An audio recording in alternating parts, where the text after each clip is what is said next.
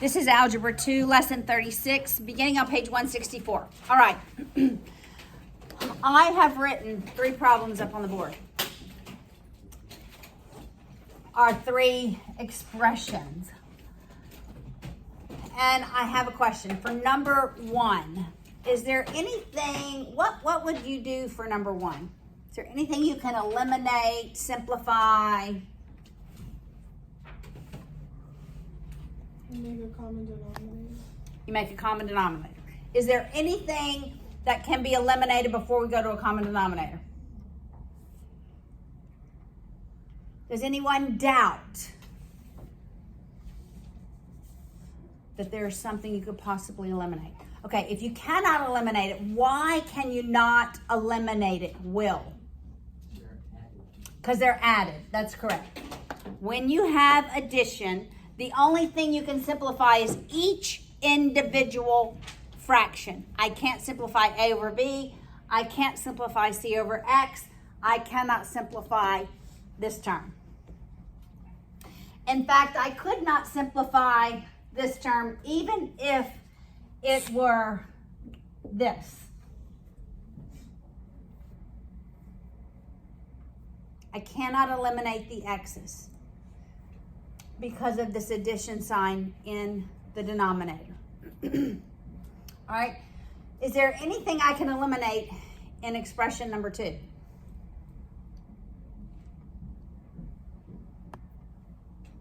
Can I simplify it in any manner? Why can I not simplify the X's, Nathaniel? Because they're added. Because the X is added to Y here. Okay? You can only simplify terms that are multiplied. All right, so can I simplify anything in this last one? I can. I can simplify the B's. Okay? We need to lock this rule in our minds. All right, this will be helpful when we reach the higher levels of math. All right, the next part, so this is like the first part, contrived problems. The next part of this lesson deals with multiplying and dividing polynomials.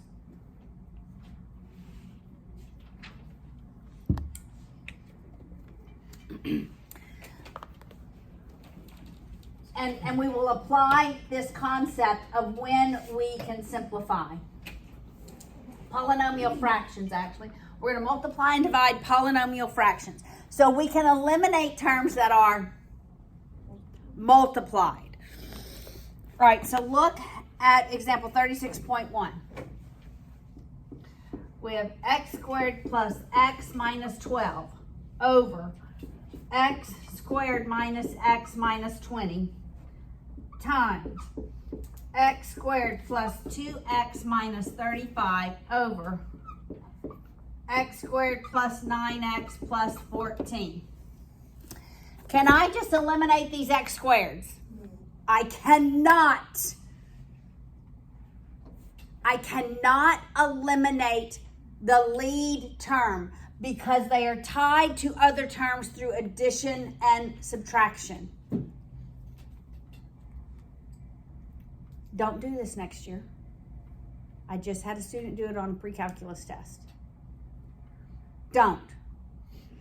What's hard though is you're in a higher level math and the things that I teach you now are the things you're going to struggle with remembering. All right? That's why I'm pretty emphatic about the rules, right? All right, so we're not going to multiply a trinomial times trinomial because I can factor these terms. I can factor every one of these second degree terms. All right, so what's this numerator factored?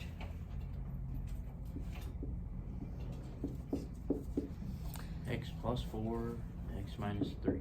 X plus 4, x minus 3. Got it? Factors of negative 12 such that we add them and the result is positive 1. God bless you.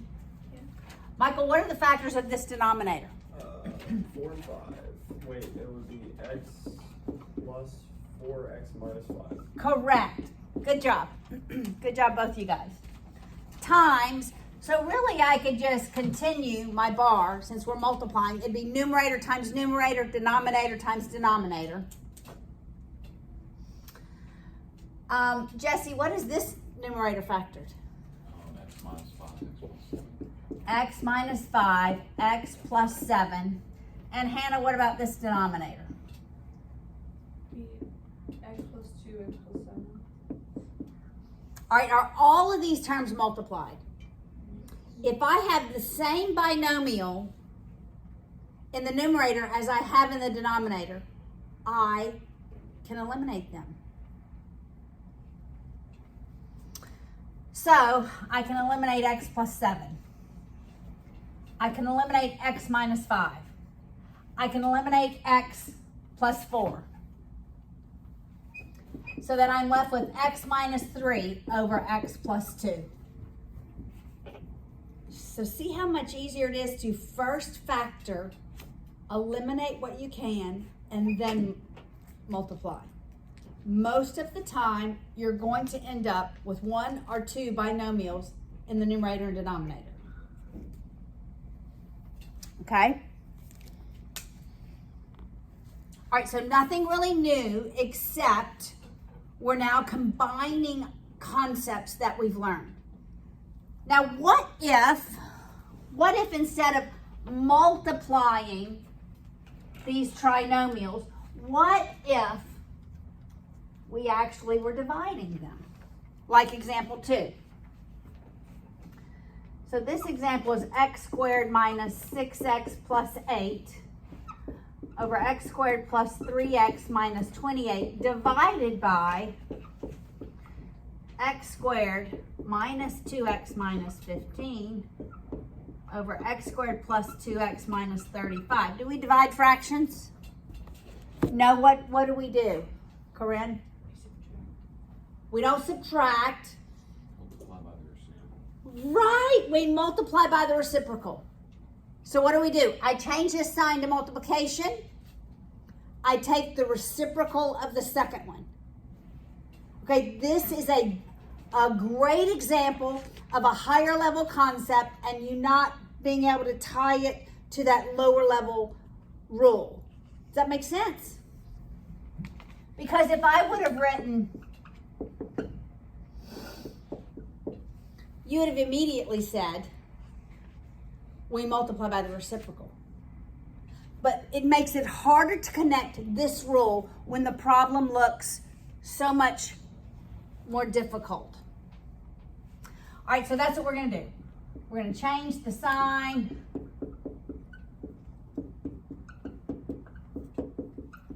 to multiplication. We're going to take the reciprocal of this second term.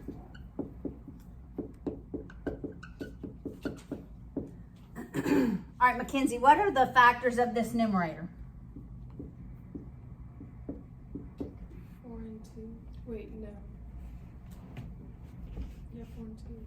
All right, 4 and Negative 4 and negative 2. negative 4 and negative 2. Nathaniel, what about this denominator?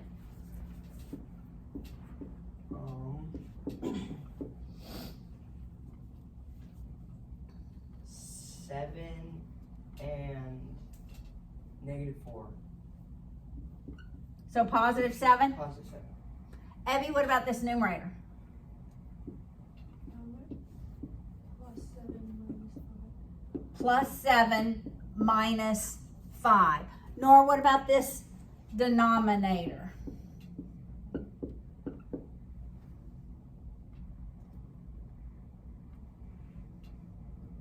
would be negative 5 and positive 3. That's correct. Guys, you are factoring so well. Like it's coming to you so very fast. All right, then we ask ourselves, is there anything that we can simplify? We can eliminate the x minus 4. We can eliminate the x plus 7. And we can eliminate the x minus 5. We're left with x minus 2 over x plus 3. So So nothing new, right? Just putting together some concepts that we previously learned. Let's do the last example.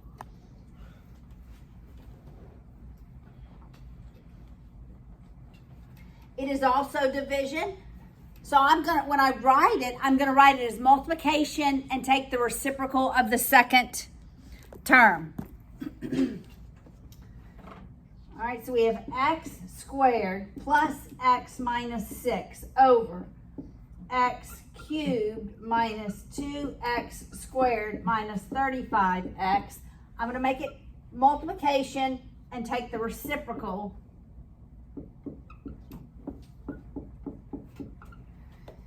And then we'll factor. All right. Good morning. Therese, what are the factors of this numerator? It's positive 3, negative 2. Positive 3, negative 2. All right, what do we know about this denominator? Hannah? You have to factor on an x. I have to factor out an x first. And what am I left with, Hannah?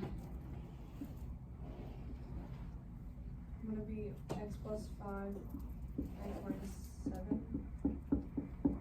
Yes, because I would want that, I would take an x out of each one, right? So it'd be x squared minus 2x minus 35. So I'm looking for factors of negative 35 such that I add them and they equal negative 2. And that is the case. What about this numerator? Dylan, how can I factor this numerator? So you take the x out. Take an x out. Then it would just be 1. It would just be 7, right? Well, when I start out with two terms, how many terms must I have inside the parentheses? So what times x gives me x squared, the first term? What do I multiply x by to get to x squared? X. My negative sign stays. What do I multiply x by to get to 7x? 7. That's exactly right. And then I'm just left with x plus 3 in the denominator. Then I ask myself, what can I simplify? Well, an x can be eliminated. I have an x plus 3. I have an x minus 7. I'm left with x minus 2. I didn't need to write them in parentheses. Over x plus 5.